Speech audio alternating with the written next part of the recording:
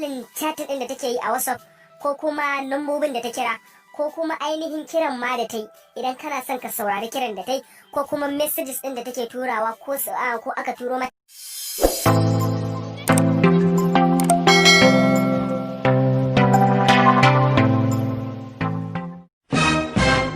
Saduwa da ku a wannan sabon bidiyon. Wannan bidiyon shi ma kamar yadda kuka gani tun a title na bidiyon, za mu yi bayani ne akan yadda za ka bibiyi budurwarka ko matarka. Wato ma'ana duk wa'insu abubuwa da take yi da wayarta kai tsaye za ka iya kake gani cikin wayarka, kamar misalin chatting ɗin da take yi a WhatsApp ko kuma lambobin da ta kira ko kuma ainihin kiran ma da ta yi idan kana son ka saurari kiran da ta yi ko kuma messages ɗin da take turawa ko aka turo mata ko saƙon da aka turo mata ta email ko kuma gaba ɗaya lambobin da ke akan wayarta. Sannan kuma still dai za ka iya ka duba guraren da ta je da wayar tata, za kuma ka iya ka duba irin browser haka abubuwan da take shiga tana yin browsing da sauransu. Sannan kuma za ka iya ka duba applications wanda ta yi installing akan wayarta. Ya danganta, ba wai iya budurwarka ko matarka kadai za ka iya ma wannan abun ba. Idan kana da ya kana so ka kula da yanayin tarbiyyarta ko kuma kana da kanwa ko kani, za ka iya ka mata wannan abun domin kula da abubuwan da take yi a cikin wayarta. Sannan ma ko abokinka idan ka raina mai wayo za ka iya ka mai wannan abun ba wani wahala gare shi ba, very easy. Kawai dai mu je a fara bidiyon, amma kafin mu je kai tsaye ga bidiyon muna ƙara tunatar da kai cewa idan baka mana subscribe ba to ka daure ka danna mana wannan subscribe din, sai kuma ka danna alamar ƙararrawa ta yadda da zarar mun ɗora sabon bidiyo za a sanar da kai.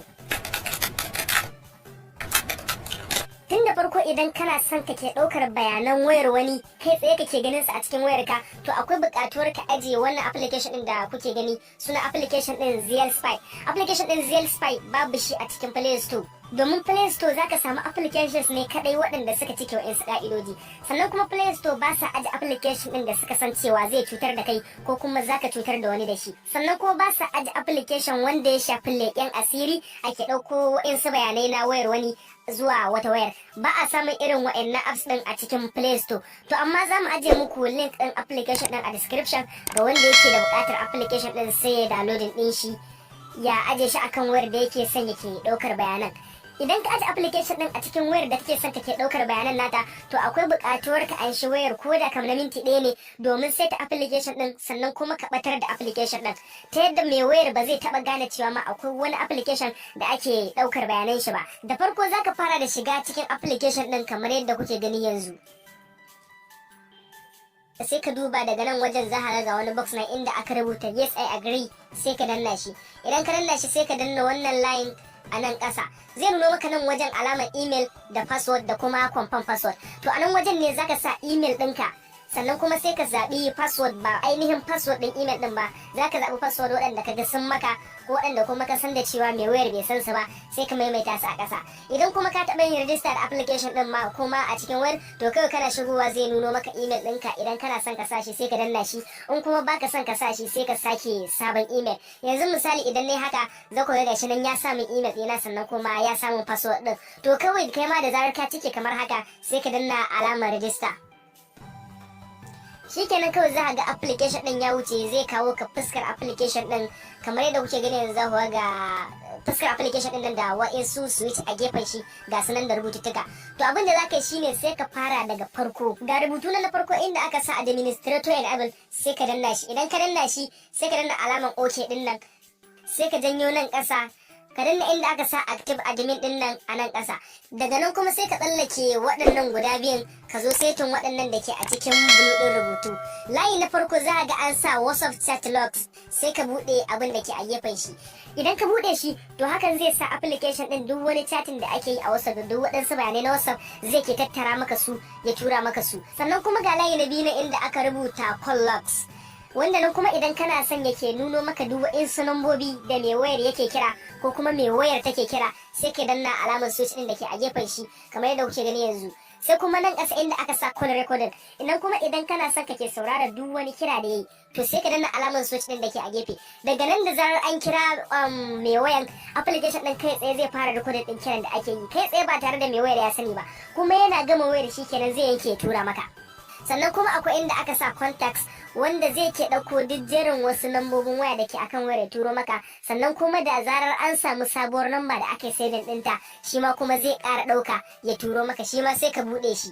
sai kuma inda aka sa geolocations din nan kuma idan kana son ka san inda mai wayar take zuwa ko kuma inda mai wayar yake zuwa to sai ka bude shi. Sai kuma na ƙarshe inda aka sa install app logs, nan ma idan ka bude shi to zai ɗauko list ɗin duk wa'insu application da aka install akan wayar ya turo maka. Sannan kuma da zarar an ƙara yin install ɗin wani application ɗin akan wayar zai ɗauko sunan shi da hoton shi ya turo maka.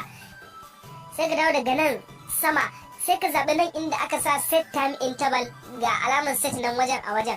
Zai nuno maka waɗannan abubuwan kamar yadda kuke gani yanzu ga gashi nan da 2 hour, 4 hours, 6 hours har da 1 day da kuma 1 week, 1 month. So abin da ya kamata shine ka zaɓi lokacin da kake so application ɗin yake refreshing. Kana son cewa yake tattara bayanan nan gaba ɗaya duk bayan awa 2 ya tura maka, ko duk bayan awa 4 ko duk bayan kwana ɗaya zai ke tattara bayanan kwana ɗaya na tura maka. Idan ka zaɓi awa 2 to hakan zai sa duk bayan awa 2 duk waɗansu bayanai da ya tattara na wayar kai tsaye zai tura maka su. Sai kuma nan inda aka sa hide app din nan wanda shine ainihin trick din, idan ka danna shi za ka ɓoye application din a cikin wayar, wanda hakan zai sa mai wayar ba ma zai ga application din ba ma bare ya yi tunanin wannan wani application ne. Kun sai nan yadda mutane suke, wani ko da ya ga application a wayar shi bai damuwa, wani kuma a yayin da ya ga application ya san da cewa ba shi install din shi ba to ko da ya shiga ya nuno mai security dole zai kagu ya so ya ga shin me ainihin content din wannan application din. To amma a yayin da ka ɓoye application din gaba daya kaga kenan ba ma zai ga application din ba ma bare ya yi tunanin ana ɗaukar wa'yansu bayanai nashi.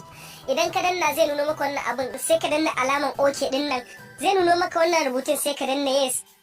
Sannan sai ka duba cikin wannan layin inda ake rubutun nan sai ka rubuta waɗansu nambobi waɗanda su ma password ne naka personal amma ko ba ainihin waɗancan waɗanda ka sa ba. Ka gane ya zama wajibi dai kenan sai kana haddace password kala-kala waɗanda za a ce ka sa guri kaza ka sa guri kaza. So nan ma dai za a buƙaci password aƙalla sai ka sa password guda 4. Misali yanzu tunda misali muke yi bari mu sa fofofo guda 4. Su amfanin wannan password ɗin shine misali ka ɓoye application ɗin a cikin wayar shi bai ga application ɗin ba. To sai kuma kai ka zo kana son ka nemo application din, misali da ka sa yake daukan maka duk wani chatting da mai wayar yake yi ko take yi na WhatsApp, to sai kuma kaga cewa abin zai yawa sai ka canza shawara ka ce to yanzu bari ka zo ka cire ainihin ɗaukar chatting din na WhatsApp ka bar shi da sauran abubuwa. To kuma sai zama cewa ka ɓoye application din kai ta za a ka gano shi. To wannan shine amfanin wannan password din. Sannan kuma na daga amfanin shi kasancewar application din a yayin da zai tura maka duk wa'insu bayanai zuwa email ɗinka dole sai an buƙaci data a cikin wannan wayar. To a yayin da ya zama cewa lokacin da application din zai tura babu data a cikin wayar ko kuma ba a bude data a cikin wayar ba, kaga zai ke ta aje bayanai kenan ya ta tara maka su da yawa. To sai kuma kaga cewa ba a turo bayanai a cikin email ɗinka, kaga misali kamar an yi kwana ɗaya kwana biyu ba a turo bayanai ba, kuma kana son kaga ainihin abubuwan da suka faru a cikin wa'annan kwanakin. To abin da zaka yi shine zaka nemo application ɗin ka shigo, a yayin da ka shigo duk wa'insu abubuwa da ya tara maka zaka gansu a cikin application ɗin. To wannan shine amfanin password ɗin. A yayin da ka sa su sai ka danna wannan alamar save ɗin kamar yadda kuke gani yanzu, sai ka ɗan jira kaɗan. Za ku ga gashi na application ɗin ya fito da mu gaba daya. Da akwai application din a nan wajen amma za ku ga yanzu application din ya bace. Kuma ko da zan shigo cikin list din application din da ke akan wayata gaba daya in gama yan dube na ba zan gano wannan application din ba. Amma kuma duk wani abu da ake yi da wayar kai tsaye application din yana nan yana dauka, kuma sannan duk bayan awa 2 zai tura maka su a cikin email ɗinka. Yanzu misali bari mu kwatanta yin kira. Bari mu kwatanta kiran call center na MTN. Kun san call center ne na MTN. Hello, welcome to MTN. Thank you for calling. How may we serve you today? To a yayin da kira ya shigo, application din yana nan yana ta ɗaukar duk wani abu da ya faru. Yanzu haka kun ga mai wayar tayo ya yi kira kamar haka ba tare da ya san cewa application din ya ɗauki duk wani abu da ya ba. Kuma kai tsaye awa 2 na yi zai tura maka shi a cikin email ɗinka.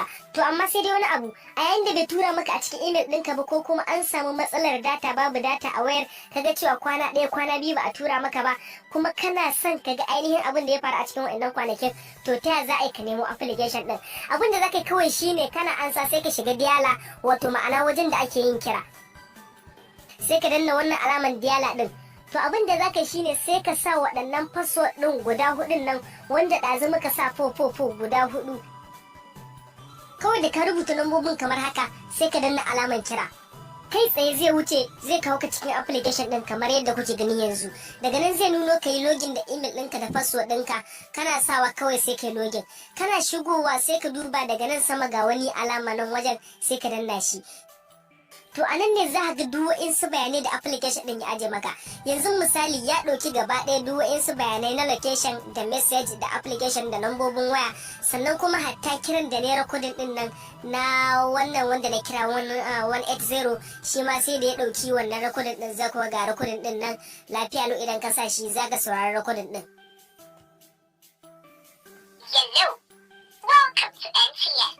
Thank you. Sai kuma abu na gaba shine yadda zaka gano waɗannan bayanan da application ya tura ma wayarka a yayin da baka tare da wannan wayar, ko kuma a yayin da ya zama cewa wayar ba ta tare da kai. To ta za ka gano waɗannan bayanan da ya tura maka ta cikin wayarka? Shi ma abin sauki gare shi, ko abin da ake da bukata shine ka ɗauka cewa wannan ita ce wayarka.